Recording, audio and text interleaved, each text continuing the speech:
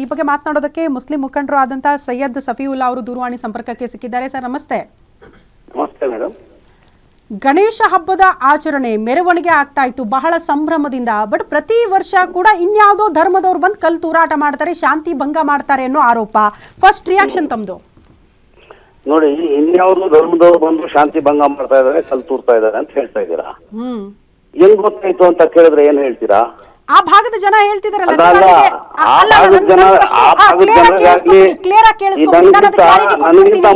ಯಾವ ಆಧಾರದಲ್ಲಿ ಹೇಳಿದ್ರಿ ಅಂತ ನೀವು ಕೇಳಿದ್ಮೇಲೆ ನಾನು ಉತ್ತರ ಕೊಡ್ಬೇಕಲ್ವಾ ಸರ್? ಈಗ ಒಂದ್ ಊರಲ್ಲಿ ತಾವು ವಾಸ ಮಾಡ್ತಿದ್ದೀರಿ ಅಂದ್ರೆ ಅಕ್ಕಪಕ್ಕದ ಜನ ಯಾರು, ಯಾವ ಧರ್ಮಕ್ಕೆ ಸೇರಿದವರು, ಯಾವ ಸಮುದಾಯದವರು ಅಂತ ನಿಮಗೆ ಗೊತ್ತಿಲ್ಲದೆ ಇರತ್ತಾ? ಆ ಊರಿನ ಜನನೇ ಮಾತಾಡ್ತಿದ್ದಾರೆ. ನಾವು ಯಾವ್ದೋ ಆಧಾರ ಸುಮ್ನೆ ಸುಖ ಸುಮ್ನೆ ನಾನು ಆರೋಪ ಕನ್ಫರ್ಮ್ ಅಂತ ಹೇಳಿಲ್ಲ. ಈಗ ನಾನು ಹೇಳ, ಈಗ ಹಿಂದೂ ಧರ್ಮದವರೇ ಬಂದು ಕಲ್ಲು ತೂರಾಟ ಮಾಡ್ಬಿಡ್ತಾರ ಗಣೇಶ ವಿಸರ್ಜನೆ ಆಗೋ? ನೀವೇ ಹೇಳ್ತಾ ಇದ್ರೆ ನಾವೇನ್ ಹೇಳೋದಿದೆ ಹೇಳಿ? ಹೇಳ ಬೇಡವಾ?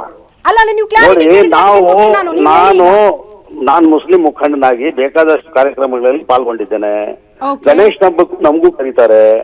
ಆಮೇಲೆ ಚಂದ ಮಾಡೋಗ್ಲು ಹುಡುಗರೆಲ್ಲ ನಮ್ಮ ಹತ್ರನೂ ಬರ್ತಾರೆ, ನಾವು ಚಂದ ಕೊಡ್ತೇವೆ. ಎಲ್ಲಾ ಕಡೆ ನೋಡಿ, ಒಂದೇ ಏರಿಯಾದಲ್ಲಿ 10 ಕಡೆ ಕೂರಿಸ್ತಾರೆ, ಎಲ್ಲೂ ಏನು ತೊಂದರೆ ಆಗಲ್ಲ. ಯಾವಾಗ ಅದನ್ನ ಮೆರವಣಿಗೆ ತಗೊಂಡ್ ಹೋಗ್ತಾರೋ ಬೇಕಾದಷ್ಟು ಸಲ ನೋಡಿದೀವಿ. ಯಾರು ಹಿಂದೂ ಮುಸ್ಲಿಂ ಗಲಾಟೆ ಮಾಡಿಸ್ಬೇಕು ಅಂತ ತೂರ್ತಿದಾರಲ್ಲ ದೇಶದ್ರೋಹಿಗಳು, ಆ ನನ್ನ ಮಕ್ಕಳು 4 ಜನರಿಗೆ ಬಿಟ್ಬಿಟ್ಟು ಕಲ್ ತೂರಿಸ್ತಾರೆ. ಅದು ಮುಸಲ್ಮಾನ್ರೇ ಅಂತ ಹೆಂಗ್ ಹೇಳ್ತೀರಾ? ಬೇಕಾದಷ್ಟು ಸಲ ನಾವು ಕಣ್ಣಿಂದ ನೋಡಿದ್ದೇವೆ. ಆ ಹುಡುಗರಿಗೆ ಪೋಲಿ ಹುಡುಗರು ಕರ್ಕೊಂಡ್ ಬಂದ್ಬಿಟ್ಟು ಮುಸಲ್ಮಾನ್ರು ಅಲ್ದವ್ರನ್ನ ಬಿಟ್ಬಿಟ್ಟು ಕಲ್ಲು ಹೊಡ್ಸ್ಬಿಟ್ಟು ಆಮೇಲೆ ಗಲಾಟೆ ಮಾಡ್ತಾರೆ. ಮುಸಲ್ಮಾನರು ಅಂತ ಕೂಗಾಡ್ತಾ ಇದ್ರೆ ಅರ್ಥ ಏನು? ಅದು ಫಸ್ಟ್ ಪೊಲೀಸ್ನವ್ರಿಗೆ ಫುಲ್ ಫ್ರೀಡಮ್ ಸಿಗ್ಬೇಕು. ಯಾರು ಇದಾರೋ ಆ ದೇಶದ್ರೋಹಿ ನನ್ನ ಮಕ್ಕಳಿಗೆ ಇದು ಒಳಗಾಕಿ ಒಳಗಾಗ್ಬೇಕು. ಬರೀ ಮುಸಲ್ಮಾನರು ಅಂತ ಹೇಳ್ಬಿಟ್ರೆ ನಾವು ಕಣ್ಣಾರೆ ಕಂಡಿದ್ದೇವೆ. 100 ಕಡೆ RSS ಅವ್ರು ಮಾಡಿಸಿದ್ದಾರೆ ಬೇಕಾದಷ್ಟು ಕಡೆ. ಅವರೇ ಟೊಪ್ಪಿ ಹಾಕೊಂಡು ಗಡ್ಡ ಹಾಕೊಂಡು ಬೇಕಾದಷ್ಟು ಕಡೆ ಕಲ್ತೂರ್ತಾರೆ. ಅವರೆಲ್ಲ ಬಿಡಿಸೋದಕ್ಕೆ ಮುಸಲ್ಮಾನ್ ಅಂತ ಕೂಗಾಡ್ತೀರಾ? ಏನಂತ ಹೇಳ್ಬೇಕು? ಶಫೀವುಲ್ಲಾ ಸರ್, ಒಪ್ಕೊಳ್ತೀರಾ ಇನ್ಯಾರೋ ಕುಮ್ಮಕ್ ಕೊಡ್ತಾರೆ, ಯಾರು ಷಡ್ಯಂತ್ರ ಮಾಡ್ತಾರೆ, ಯಾರು ದುಡ್ಡು ಕೊಟ್ಟು ಕರ್ಕೊಂಡ್ ಬಂದು ಕಲ್ಲು ತೂರಾಟ ಮಾಡಿಸ್ತಾರೆ ಅಂದ್ರೆ ಒಪ್ಕೊಳ್ತೀರಾ? ಯಾರನ್ನೋ ದೋಂಬಿ ಹಬ್ಸಕ್ಕೆ ಕರ್ಕೊಂಡ್ ಬರ್ತಾರ ಜನರನ್ನ? ಅಲ್ಲ, ಯಾಕೆ ಒಪ್ಕೊಬೇಕು? ಅಲ್ಲ, ನೀವೇ ಕೊಟ್ಟಿದ್ದಾರೆ ಯಾರು ಅಂತ, ಇನ್ಯಾರು ಕುಮ್ಮಕ್ ಕೊಟ್ಟು ಕರ್ಕೊಂಡ್ ಬರ್ತಾರೆ ಅಂತ ನೀವೇ ಹೇಳ್ತಿದ್ದೀರಲ್ಲ, ಅದಕ್ಕೆ ಹೇಳ್ತಾ ಇದ್ದೀನಿ ನಾನು. ಅಲ್ಲ, ಮಾಡಿದ್ ದುರ್ತ್ ನನ್ನ ಮಕ್ಳೇ ಹೇಳ್ತಾ ಇದ್ರೆ ಅದನ್ನೇ ನೀವು ಹೇಳಿದ್ರೆ ನಾನು ಒಪ್ಕೊಬೇಕಾ? ಅಲ್ಲ, ನಾನು ಹೇಳಿದ್ ಒಪ್ಕೊಳ್ಬಿಡ್ಬಿಡಿ. ಈಗ ಕಂಪ್ಲೇಂಟ್ ಆಗುತ್ತೆ, ಲಿಸ್ಟ್ ನೋಡಿದಾಗ ಯಾವ ಸಮುದಾಯಕ್ಕೆ ಸೇರಿದವರು ಅಂತ ಲಿಸ್ಟ್ ಅಲ್ಲಿ ಸಿಕ್ಬಿಡುತ್ತೆ. ನಾನು ಹೇಳ್ಬೇಕಾಗಿದ್ದು ಒಪ್ಕೊಳ್ಬೇಕು ಅಂತ ಏನಿಲ್ಲ, ಲಿಸ್ಟ್ ನೋಡಿದ್ರೆ ಅರ್ಥ ಆಗ್ಬಿಡುತ್ತೆ ನಿಮಗೆ.